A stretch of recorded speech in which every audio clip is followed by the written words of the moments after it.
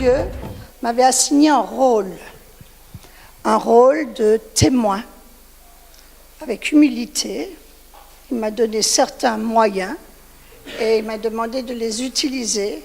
Et donc, j'essaie de produire mon propre fruit, en espérant que ces fruits vont grandir, qu'il y en aura d'autres, enfin, je ne sais pas. Je me laisse guider par lui. Alors, je veux faire un hommage à Dieu, mais c'est en toute humilité, c'est pas à ma gloire. Alors, en exergue, j'ai mis « Car tout concourt au bien de ceux qui aiment Dieu, de ceux qui sont appelés à vivre selon son dessein. » Romains 8, verset 28. Alors je vous lis mon message. Elle arrive un jour en trombe, ou bien insidieuse, se fraye un chemin dans votre corps, en s'infiltrant sans que vous vous en rendiez compte. Les choses ne sont plus normales, mais vous vous y adaptez. La normalité devient le normal. Mais un jour, il faut bien se rendre compte. Elle est bien présente. Pas question de la nier. Que vous le vouliez ou non, la maladie a pris possession et dirige votre corps. Elle vous change physiquement, vous amoindrit, perturbe la vie de famille, votre vie sociale et affecte votre vie dans le plus petit détail. Et rapidement, votre évaluation chaque matin se fait en fonction de votre état de santé, je dirais plutôt en fonction de votre ressenti. Alors, comme vous êtes un être pensant, vous réfléchissez. Et la maladie vous mettant à l'écart, vous avez toute l'attitude de prendre conscience de cette intrusion. Pourquoi cela m'arrive-t-il à moi ? C'est injuste. Je ne mérite pas ça. Mais étant chrétienne et pécheresse comme chacun, vous savez très bien que vous ne méritez rien, que la vie chrétienne ne vous met pas à l'abri des tribulations, que pleurer et se lamenter ne sert à rien, et que peut-être tout cela a un sens qu'il vous faut découvrir.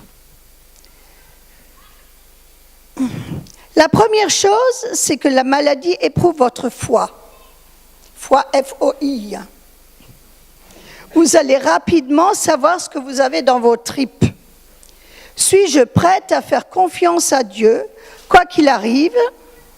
Qu'est-ce que je ressens dans mon cœur et dans mon esprit ? Qu'est-ce que je pèse spirituellement ? Je crois qu'il est bon d'éprouver notre foi pour en connaître la solidité. Tirons donc sur la corde pour savoir si elle va résister. Alors je passe en mode guerrière. Je rassemble mes forces et suis à l'ennemi. Je ne vais pas me laisser anéantir, je déclare la guerre. Et ma première force est Jésus-Christ.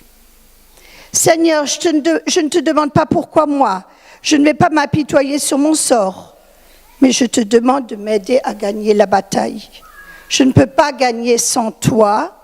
C'est toi qui combats et qui terrasses l'ennemi. Et sur cette terre, je peux compter sur l'incroyable force de prière de mes frères et sœurs, tous unis dans la bataille pour gagner, tous pour un, ensemble. Merci à ma magnifique famille spirituelle, vous, je vous aime.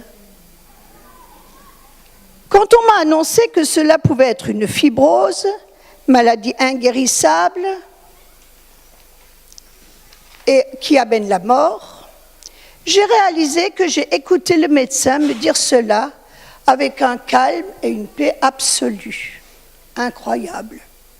Je me suis dit, voilà Seigneur, tu as décidé que ma vie sur cette terre allait se terminer à brève échéance, que ta volonté soit faite, ton appel est venu, et je me prépare au voyage confiante.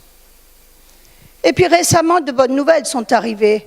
La forme de la maladie atténuée. Il y a un traitement pas facile, de longue haleine, avec des contraintes lourdes et des conséquences inévitables. Seigneur, j'ai besoin de toi. Aide-moi. Donne-moi tes forces pour faire face.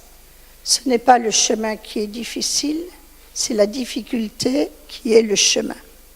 Oui, les médicaments agissent, mais ils sont un véritable poison pour l'organisme, où ils apportent maux et changements. Mais l'un ne va pas sans l'autre. Il me faut lutter pour beaucoup de choses, et surtout contre les tentations, chose difficile pour moi. Les médicaments ont augmenté mon appétit et je suis si gourmande de sucré. Et dire que je dois manger tout ce que je n'aime pas. Seigneur, protège-moi des tentations, viens à mon secours. Accepter les changements physiques, les tremblements, les nuits d'insomnie, ne pas marcher droit, perdre l'équilibre et surtout être soupolé, viens à mon secours. Mais oui, mais avec toi, je ferai face. Me protéger des contacts pour fragilité, pas facile le regard des autres, interloqués, qui ne comprennent pas. Dieu m'a assigné un rôle de témoin. C'est mon fruit à moi. Attester ce que Jésus-Christ fait dans ma vie. Je suis en guerre contre la maladie avec Jésus-Christ, une guerre que je vais mener avec les armes de la foi. Dieu me demande de témoigner de ce qu'il fait dans ma vie, témoigner de ce combat, et j'entends guerrière mener cette guerre spirituelle. Je veux la mener pour moi et les autres à la gloire de notre Seigneur. La maladie ne gagnera pas la partie, car accompagnée par Jésus-Christ, rien de plus invincible qu'une femme. Merci Seigneur, parce que tous les jours tu m'accompagnes. Tu es là, fidèle, sans faille. Grâce à toi, j'obtiens même un rendez-vous en urgence chez le spécialiste sur le champ, grâce à un désistement dernière minute. Il me dit, vous avez de la chance. Je décode, Jésus-Christ est intervenu. Tu es un Dieu vivant, Seigneur, qui agit dans ma vie, gloire à toi. Je ne ressens que joie, reconnaissance et confiance. Je suis celle qui gravit un chemin escarpé, bordé de ravins abrupts, avec des ornières gigantesques.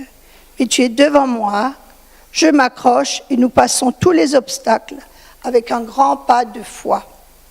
Merci car tu as ouvert mon cœur et mon âme aux autres.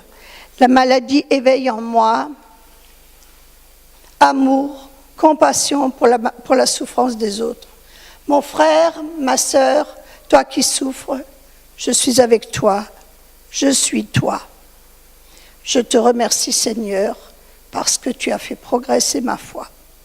La maladie vous fait grandir et surtout elle est une remarquable évaluation de ce qui est essentiel et de ce qui est superflu.